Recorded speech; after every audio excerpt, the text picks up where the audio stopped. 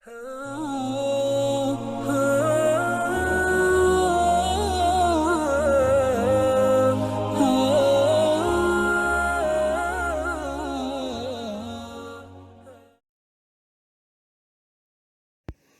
علیکم ورحمۃ اللہ وبرکاتہ نحمده ونصلی علی رسوله الکریم اما بعد اعوذ باللہ من الشیطان الرجیم بسم اللہ الرحمن الرحیم رب اشرح لی صدری ویسر لی امری واحلل عقدۃ من لسانی یفقہوا قولی۔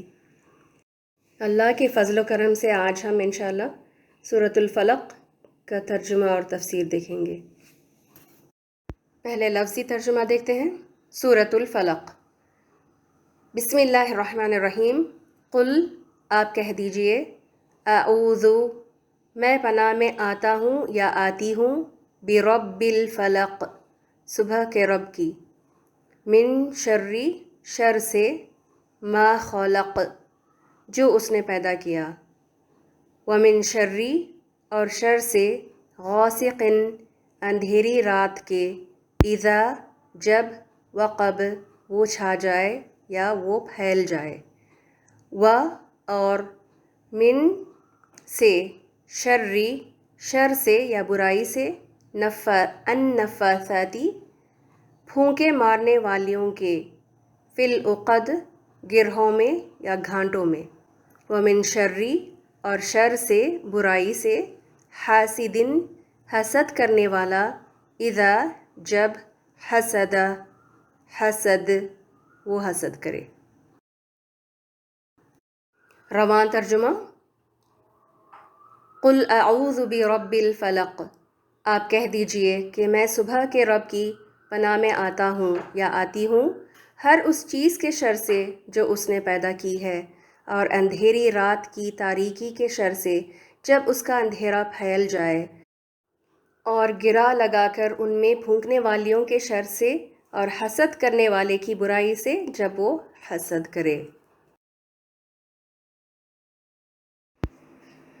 سورۃ الفلق اور ناس دونوں اکٹھا نازل ہوئی، اسی لیے ان کی فضیلت کو بھی ساتھ ساتھ ہی بیان کیا جاتا ہے، اور ان کی فضیلت اکثر حدیثوں میں ایک ہی صحابی نے روایت کیا ہے جن کا نام عقبہ بن عامر رضی اللہ عنہ ہے۔ ان دو صورتوں کو معوذتین کہتے ہیں، یعنی وہ سورے جن کے ذریعے پناہ لی جاتی ہے ہر شر سے۔ جو ان کو پڑھ لیتا ہے وہ ہر طرح کے شر سے محفوظ رہتا ہے، اللہ کے امان میں آ جاتا ہے۔ پہلی آیت، قل اعوذ برب الفلق، آپ کہہ دیجئے کہ میں صبح کے رب کی پناہ میں آتا ہوں۔ پناہ میں آنے سے مراد حفاظت میں آنا، اللہ کے سہارے میں، اللہ کے ذمے میں آ جانا۔ فلق کا لفظی معنی ہے پھٹنا یا پھاڑنا۔ ہر مخلوق پھٹ کر ہی وجود میں آتی ہے، مثلاً چشمے اور فوارے پتھر کے پھٹنے سے وجود میں آتے ہیں، زیر زمین سے پانی پھوٹ پڑتا ہے۔ اسی طرح بیج کو دیکھیں، سیڈ جو ہے ہم زمین میں ڈال دیتے ہیں زرخیز مٹی میں، تو بیج پھٹ کر ایک نازک سی ٹہنی نکل آتی ہے۔ پھر یہی نازک کمزور سی ٹہنی زمین کی سختی کو پھاڑ کر نکل آتی ہے زمین پر۔ کس قدر حیران کن معجزہ ہے یہ کہ بالکل کمزور پودا سخت زمین کو چیر پھاڑ کر نکل آتا ہے اللہ کی قدرت سے، سبحان اللہ۔ فلق جس کا معنی صبح کیا جاتا ہے تو اس سے مراد فجر کا وقت ہے، کیونکہ اس دوران اندھیروں کو پھاڑ کر سورج نکل آتا ہے اللہ کے اذن سے۔ فجر کے وقت ہر طرف اندھیرا چھٹ جاتا ہے اور روشنی پھیل جاتی ہے۔ آپ ضرور غور کر کے دیکھیں فجر کا وقت کا وہ حسین منظر جب سورج نکلتا ہے، آسمان کا ایک طرف اندھیرا ہوتا ہے، کچھ بلیکش نیوی بلو رنگ کا آسمان جس میں تاریکی ابھی موجود ہوتی ہے، اور آسمان کے دوسرے حصے میں مشرق کی جانب ہلکی ہلکی سی روشنی، تھوڑی سی سرخی، ریڈش اورنج آسمان اور بادل بھی نظر آتے ہیں۔ موقع ملے تو مشاہدہ ضرور کریں، پھر اس سورے کو پڑھنے کا مزہ مزید بڑھ جائے گا۔ انٹرسٹنگ بات یہ ہے کہ فلق کے بجائے مغرب نہیں کہا گیا۔ مغرب کے وقت بھی سن سیٹ کا منظر بہت ہی خوبصورت ہوتا ہے، اکثر لوگ اس کو اپنا ڈی پی رکھتے ہیں اور فوٹوز بھی لیتے ہیں اس وقت میں۔ پھر مغرب کیوں نہیں؟ اس کی وجہ اگلی آیت میں بتایا گیا ہے، لیکن فلق کو زیادہ ترجیح دی گئی کیونکہ یہ مبارک وقت ہوتا ہے، اور نبی صلی اللہ علیہ وسلم نے فرمایا میری امت کی صبح میں برکت ہے۔ اور ہم دیکھتے ہیں کہ گلف کنٹریز میں اسکولز جو ہے نا 7 بجے کھل جاتے ہیں، یعنی فرسٹ پیریڈ 7 بجے سے شروع ہو جاتا ہے، تو بچوں کو اور سارے گھر والوں کو کتنے بجے اٹھنا پڑے گا؟ فجر پہ۔ رب الفلق سے مراد کون ہے؟ فلق کا رب یعنی اللہ ہے۔ اس بات کا ثبوت ہے کہ صرف اور صرف اللہ ہی ہے جو رات کا پردہ ہٹا کر فجر کو پھاڑ کر لا سکتا ہے۔ سورۃ القصص آیت نمبر 71 اور 72 میں اللہ تعالیٰ نے فرمایا قُلْ أَرَأَيْتُمْ إِنْ جَعَلَ اللَّهُ عَلَيْكُمُ اللَّيْلَ سَرْمَدًا إِلَى يَوْمِ الْقِيَامَةِ مَنْ إِلَٰهٌ غَيْرُ اللَّهِ يَأْتِيكُمْ بِضِيَاءٍ أَفَلَا تَسْمَعُونَ قُلْ أَرَأَيْتُمْ إِنْ جَعَلَ اللَّهُ عَلَيْكُمُ النَّهَارَ سَرْمَدًا إِلَى يَوْمِ الْقِيَامَةِ مَنْ إِلَٰهٌ غَيْرُ اللَّهِ يَأْتِيكُمْ بِلَيْلٍ تَسْكُنُونَ فِيهِ أَفَلَا تُبْصِرُونَ۔ اے نبی صلی اللہ علیہ وسلم ان سے کہو کبھی تم لوگوں نے غور کیا کہ اگر اللہ قیامت تک تم پر ہمیشہ کے لیے رات طاری کر دے تو اللہ کے سوا وہ کون سا معبود ہے جو تمہیں روشنی لا دے؟ کیا تم سنتے نہیں ہو؟ ان سب سے پوچھو کبھی تم نے سوچا کہ اگر اللہ قیامت تک تم پر ہمیشہ کے لیے دن طاری کر دے تو اللہ کے سوا وہ کون سا معبود ہے جو تمہیں رات لا دے تاکہ تم اس میں سکون حاصل کر سکو؟ کیا تم کو سوچتا نہیں؟ اللہ کے سوا کوئی دن کو رات میں اور رات کو دن میں نہیں بدل سکتا، وہی ہے رب الفلق۔ اس آیت میں ایک امید بھی چھپی ہے۔ کیسے؟ رات اور اندھیرا غم، خوف، مایوسی، پریشانی، گھبراہٹ کی علامت ہے، خاص طور پر جب لوگ کسی مصیبت یا مشکل میں یا بیماری سے گزر رہے ہوں۔ لیکن صبح کی روشنی اور اس کی کرنوں میں ایک نئی امید ہوتی ہے۔ There is light at the end of the tunnel and every cloud has a silver lining والی کیفیت ہوتی ہے۔ تو صبح کس چیز کی علامت ہے؟ روشنی، امید، چہل پہل اور معیشت کی علامت۔ جو کوئی رب الفلق کی پناہ مانگتا ہے گویا کہ اس نے اللہ پر بھروسہ اور اعتماد کر لیا، پھر وہ اللہ کے حفظ و امان میں آ جاتا ہے۔ اگلی آیت من شر ما خلق، ہر اس شر سے میں پناہ مانگتا ہوں یا مانگتی ہوں جس کو اس نے پیدا کیا۔ کس نے؟ اللہ نے جس چیز کو پیدا کیا اس کے شر سے۔ شر کا لفظ بار بار دہرایا گیا ہے، تو آپ اگر اس کو سمجھ لیں تو سورے کا ایک طرح سے خلاصہ مل جائے گا۔ شر کہتے ہیں ہر بری چیز کو، ہر برائی کو، پہلی بات۔ دوسرا پوائنٹ، ہر نقصان دینے والی چیز بھی شر ہے۔ تیسرا پوائنٹ، خیر کے راستے کی رکاوٹوں کو، جو رکاوٹیں آ جاتی ہیں، اڑچنیں، تو اس کو بھی شر کہا گیا۔ اور پھر آخر میں گناہ اور گناہ کے نتائج جو ہوتے ہیں تو اس کو بھی شر کہا گیا۔ ٹھیک، تو یہ 4 پوائنٹس آپ نوٹ کر لیں، اس کو یاد رکھیں تو پھر یہ آپ کو آسان ہو جائے گا سمجھنا۔ اس آیت میں ہم اللہ کی ہر تخلیق شدہ چیز کے شر سے پناہ مانگتے ہیں، کیونکہ ہر شے میں خیر بھی ہے اور شر بھی، جیسے ایک سکے کے 2 پہلو ہوتے ہیں نا۔ مثلاً ہوا میں خیر بھی ہے اور شر بھی، اور نبی صلی اللہ علیہ وسلم ہوا کے شر سے پناہ مانگا کرتے تھے۔ ٹھنڈی ہوا اپنی یوزول رفتار سے چلے تو بہت اچھا لگتا ہے، اور ہوا نہ چلے تو لوگ پریشان بھی ہو جاتے ہیں۔ لیکن ہوا ہیومر ہو جائے، گرم بھاپ چلنے لگے، یا آندھی یا طوفان کی شکل اختیار کر لے تو یہی ہوا خوفناک بن جاتی ہے۔ پانی سے زندگی ہے، ہر چیز زندہ رہتی ہے، لیکن اگر وہ اپنی حد توڑ دے، تیز بارش اور سیلاب ہو تو سب ڈوب جاتا ہے۔ پھر آسمانی آفتوں میں سنو فال بھی ہے، جس سے چلنا پھرنا محال ہو جاتا ہے۔ اور جہاں زمین میں ہمارے لیے نعمتیں ہیں، کھیتوں سے، باغات، نباتات سے رزق ملتا ہے، اور پھر اسی طرح سے پریشس میٹلز ملتے ہیں، پیٹرول، منرل آئلز حاصل کر لیا جاتا ہے مائننگ کے ذریعے، وہیں زمین میں شر بھی ہے۔ زمین کا شر کیا کیا ہے؟ اس میں کیا کیا چیزیں شامل ہوں گی؟ زلزلے، قحط پڑ جانا، قصف اور لینڈ سلائڈز، یعنی زمین کا اچانک دھنس جانا، والکینوز جس میں لاوا نکل کر بہنے لگتا ہے اور اپنے راستے میں آنے والے ہر چیز کو بھسم کر دیتی ہے۔ اسی طرح کوئک سینڈ ہے، صحرا میں جب جاتے ہیں تو اور گاڑی اگر پھنس جائے صحرا کی ریت میں تو لاکھ ایکسلریٹر لگانے پر بھی گاڑی نہیں نکلتی، اور زیادہ ریت میں گھس جاتی ہیں ٹائرز۔ ان ساری چیزوں سے ہم پناہ مانگتے ہیں اس ایک آیت میں۔ من شر ما خلق کہہ کر، اے اللہ تو ہمیں ہر اس چیز کے شر سے بچا جس کو تو نے پیدا کیا ہے۔ من شرری میں برے انسان، برے خیالات، بری نیتیں، بری بیماریاں، ہر چیز سے ہم حفاظت مانگ لیتے ہیں۔ پھر اسی طرح ہر نقصان دینے والی چیز شر ہے، یہ دوسرا پوائنٹ، جیسے دشمنوں کے مکر و فریب سے، چال بازیاں، سازشیں، ہر وہ چیز جس سے ہمیں ڈر اور خوف ہو وہ بھی شر ہے، جیسے تنہائی کا ڈر، اکیلا پن، مستقبل کی فکر، اپنی اولاد کا نافرمان ہو جانا، کسی ظالم حکمران کا ہم پر قابو پا لینا یا مسلط ہو جانا، یا کسی ظالم انسان کے اپنے اوپر ظلم کرنا، ان ساری چیزوں کا ڈر لگتا ہے نا۔ تو شر سے مراد یہ بھی ہے، تو اس سے بھی ہم حفاظت مانگ لیتے ہیں۔ پھر آخر میں شر سے مراد گناہ بھی ہے، اور گناہ کا برا انجام، اس خرابی اور عذاب سے بھی پناہ مل جاتی ہے جب ہم اس سورہ کو پڑھتے ہیں۔ من شر ما خلق میں اچھے کاموں کی رکاوٹیں بھی ہو سکتی ہیں۔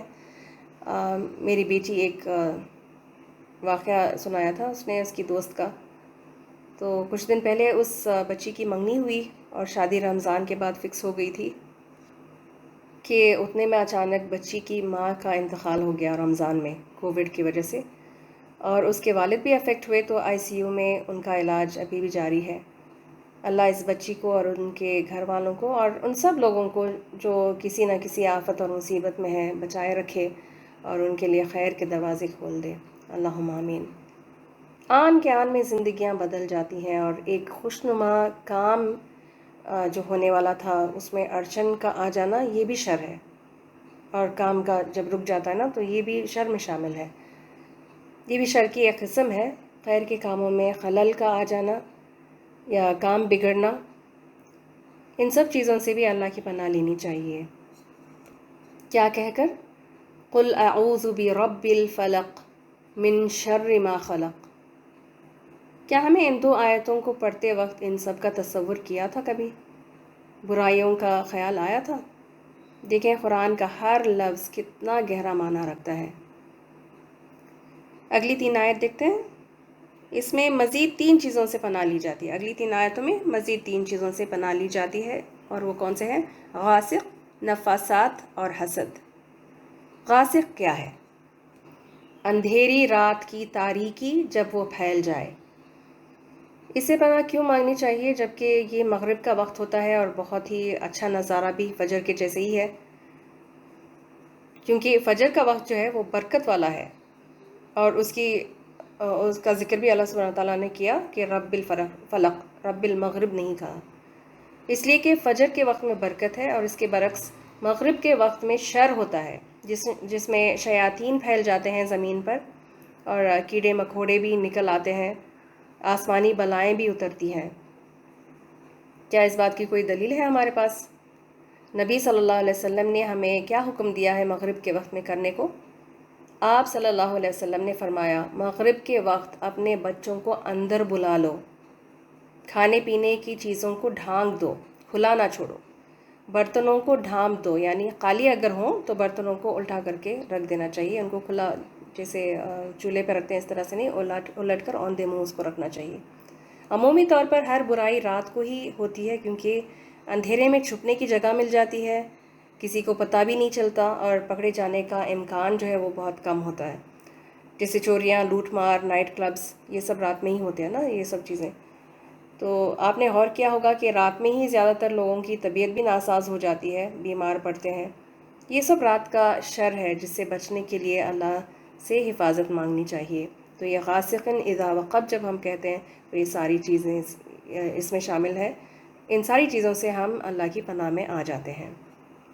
لیکن جب سے بجلی، الیکٹرکسٹی ہمیں میسر ہوئی ہے، ہماری راتیں اور رنگین ہو گئی ہیں، نائٹ لائف اور سوشلائزنگ زیادہ ہو گیا، رات کی شادیاں اور فنکشنز عام ہو گئی، رات میں کرنے کو پریفر کرتے ہیں کیونکہ اس میں رونق اور زیبائش بہت زیادہ ہوتی ہے، لائٹس میں زیادہ نمایاں اور خوبصورت لگتا ہے سب کچھ۔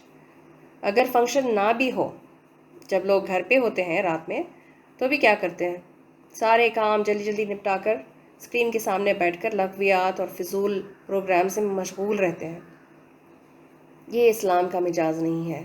ہم ہم نہ بالکل دین کے خلاف چل رہے ہیں، لیکن افسوس کہ یہ ہمارا کلچر بنتا جا رہا ہے۔ قدیم زمانے میں دیکھیں، لوگ مغرب کے بعد کھا پی کر جلدی سے سو جاتے اور فجر سے ہی اپنا کام کاروبار شروع کر لیتے۔ وہ فطرت پر تھے، اسی لیے شاید زیادہ صحت مند تھے اور برکت زیادہ تھی ان کے مال اور وقت میں۔ انگلش کا بھی ایک کوٹ ہے نا، early to bed early to rise makes a man healthy wealthy and wise. اس میں مین مینشن کیا ہے لیکن لیڈیز پہ بھی اپلائی ہوگا، کیونکہ صرف مین کا ذکر ہے تو ویمن کو جواز نہیں مل جاتا لیٹ سو کر لیٹ اٹھنے کا۔ اللہ نے سورہ نبا میں فرمایا وَجَعَلْنَا نَوْمَكُمْ سُبَاتًا، ہم نے تمہاری نیند کو آرام کا ذریعہ بنایا، وَجَعَلْنَا اللَّيْلَ لِبَاسًا، اور رات کو پردہ پوش، آسمان پر پردہ ڈال دیا۔ لیکن ہم اندھیروں کو مٹا کر راتوں میں خوب تر و تازہ ہونے کو پسند کیا، راتوں کو انٹرٹینمنٹ کا رنگین وقت بنا لیا۔ مومن کی راتیں کیسے گزرنی چاہیے؟ کیسی ہوتی ہیں مومن کی راتیں؟ مغرب کے بعد کھانا پینا، پھر عشاء کی نماز کے بعد سونے کی تیاری کرنا، بسم اللہ کہہ کر اپنا بستر جھاڑنا چھٹکنا، رات کے وقت کے اذکار پڑھنا، پھر ہو سکے تو تہجد کے لیے اٹھنا، اور اگر تہجد کے لیے نہ بھی اٹھیں تو پھر اگر بیچ رات میں آنکھ کھل جائے تو پھر اس کی بھی دعائیں ہیں تو اس کو پڑھ لینا، جیسے لا الہ الا اللہ وحدہ لا شریک لہ آخر تک کی دعا ہے نا، تو اس کو پڑھ سکتے ہیں، اور اس کے بعد جو دعا کی جاتی ہے وہ قبول ہوتی ہے۔ پھر فجر کی نماز کا باقاعدگی سے ادا کرنا۔ لیکن جن کا ایمان کمزور ہوتا ہے وہ ان اعمال سے نا آشنا ہوتے ہیں۔ اللہ ہمیں ہدایت دے اور غفلتوں سے بیدار کرے، اور ہمیں باعمل اور باوقار قوم بنا دے، اللہم آمین۔ رات میں بالخصوص ذکر اذکار کرنے کا حکم کیوں ہے؟ کیونکہ سوئے ہوئے انسان کے سارے حواس گم ہو جاتے ہیں، سونے کے بعد کچھ خبر نہیں رہتی کہ اپنے آس پاس کیا ہو رہا ہے۔ پھر ہماری حفاظت کیسے ہوگی؟ کون کرے گا؟ اللہ ہی کر سکتا ہے، بن مانگے بھی حفاظت کرتا ہے اللہ، لیکن اگر توکل کر کے ذکر کر کے سوئیں تو زیادہ نگرانی ہوگی۔ آگے دیکھیں، نفاسات کا شر ہے، اس سے مراد گرہ لگا کر پھونکنے والوں کے شر سے، یعنی جادو کرنے والوں سے بچنے کی دعا ہے اس آیت میں۔ اس آیت میں جادو سے حفاظت ہے، اس کا توڑ اور جادو کا علاج بھی مل جاتا ہے۔ آگے حسد کی بات کی گئی۔ حسد کیا ہے؟ کسی کی نعمت کے زوال کی تمنا کرنا، کسی کی خوشحالی کو دیکھ کر جلنا اور چاہنا کہ وہ اس سے کسی طرح چھوٹ جائے، چھن جائے، خوشحالی اس کی چلی جائے۔ تو یہ صرف جلنا نہیں ہے، جلسی کا اگلا درجہ ہے، دوسرے کی نعمت پر جلنے کے ساتھ ساتھ یہ چاہنا کہ اس کی نعمت ختم ہو جائے۔ تو ایسے انسانوں کے حسد سے بچنے کی دعا بھی ہم مانگ لیتے ہیں سورہ فلق پڑھ کر، اور حاسد کے شر سے محفوظ ہو جاتے ہیں۔ حاسد کن کن چیزوں پر حسد کرتا ہے؟ کسی کے مالدار ہونے پر، قابل اولاد پر، خوبصورتی پر، کسی کی شہرت پر، اگر کسی کو عزت زیادہ ملی ہو یا محبت زیادہ ملی ہو، تو جیسے یوسف علیہ السلام کے واقعے میں ملتا ہے کہ ان کے بھائی جلتے تھے ان سے اور بہت زیادہ حسد کرتے تھے۔ کوئی بھی نعمت جو اللہ نے عطا کی ہو جو دوسرے کے پاس نہیں، تو اس بندے میں حسد کی برائی ہو سکتی ہے، کیونکہ نعمت کے ساتھ جو شر جڑا ہوا ہے وہ حسد اور نظر بد کی شکل میں موجود ہوتا ہے۔ ان ساری بیرونی ایکسٹرنل خرابیوں سے بچنے کے لیے، نقصان سے بچنے کے لیے جو دوسروں کی طرف سے پہنچ سکتی ہے، ہمیں کیا کیا کرنا چاہیے؟ پہلا کام، معوذتین پڑھ لینا فائدہ مند ہے۔ پھر معوذتین پڑھ کر کچھ احتیاط بھی کرنا چاہیے۔ اپنی چیزوں کی نمائش نہ کریں، اپنی اچیومنٹس کی، اپنی کامیابیوں کی، خوشیوں کی پکچرز اور فوٹوز پوسٹ کرنا اور اس کو اعلان نہ کریں واٹس ایپ اور فیس بک پر۔ برائے مہربانی اپنی اسٹیٹس اور پروفائل پر اپنی تصویریں نہ شیئر کریں۔ اپنا گھر، اپنا لباس، اپنے کھانے اور فیوریٹ چیزیں، اپنی ٹرافیز اور سرٹیفکیٹس، اپنی محبتوں کو چھپا کر ہی رکھیں تو بہتر ہے، ورنہ ہم اپنی ہی خرابی کو دعوت دینے والے ہوں گے۔ کیا پتہ کوئی دیکھ کر حسد کر رہا ہوگا دوسری طرف۔ تو اپنے پرائیویٹ اور پرسنل باتوں کو صرف خیر خواہی کرنے والوں کے ساتھ شیئر کریں اگر کرنا ہو تو. اپنی نعمتوں کو خود انجوائے کریں اور ان کی حفاظت کے لیے معوذات پڑھیں، حفاظت کی دعائیں پڑھتے رہیں. یہ تھی بات دوسروں کی حسد سے بچنے کی. لیکن اگر یہ حسد کا برا جذبہ اپنے اندر پنپنے لگے تو کیا کرنا چاہیے؟ یہ بھی تو ممکن ہے نا. جو اپنے پاس نہ ہو اس چیز کو دوسروں کے پاس دیکھ کر حسد اور جلن ہمیں بھی ہو سکتا ہے. ایسے میں دوسروں کو دعا دینی چاہیے، اس کی نعمتوں کی سلامتی اور برکت کی دعا. بارک اللہ فیک یا بارک اللہ فیہ کہہ دیں، یا اردو میں بھی اللہ تمہیں برکت دے کہہ دیں. اور اگر ہمیں شدید تمنا ہو جائے تو اللہ سے مانگ لیں کہ یا اللہ اپنے فضل و کرم سے، اپنی وسیع خزانوں سے مجھے بھی اس کی مانند عطا فرما. اگر یہاں نہیں ملتا کچھ تو آخرت میں مل جائے گا، کیونکہ اس دنیا کے آگے جہاں اور بھی ہے. اللہ ہم سب کو اپنے حفظ و امان میں رکھے، ہماری نعمتوں کو ہم پر سلامت رکھے. اللہم انا نعوذ بک من زوال نعمتک وتحول عافیتک وفجاعت نقمتک وجمیع سخطک. اے اللہ، بلا شبہ ہم تیری پناہ مانگتے ہیں تیری نعمتوں کے زوال سے، یعنی ختم ہو جانے سے، تیری عافیت کے بدل جانے سے، اور تیری سزا اچانک وارد ہو جانے سے، اور تیری ہر قسم کی ناراضگی سے. اللہم آمین.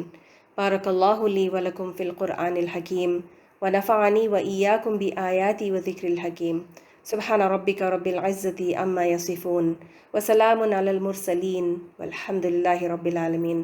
سبحانک اللہم وبحمدک نشہد ان لا الہ الا انت نستغفرک ونتوب الیک. السلام علیکم ورحمۃ اللہ وبرکاتہ. اعوذ باللہ من الشیطان الرجیم. بسم اللہ الرحمن الرحیم. قل اعوذ برب الفلق من شر ما خلق ومن شر غاسق اذا وقب ومن شر النفاثات في العقد ومن شر حاسد اذا حسد.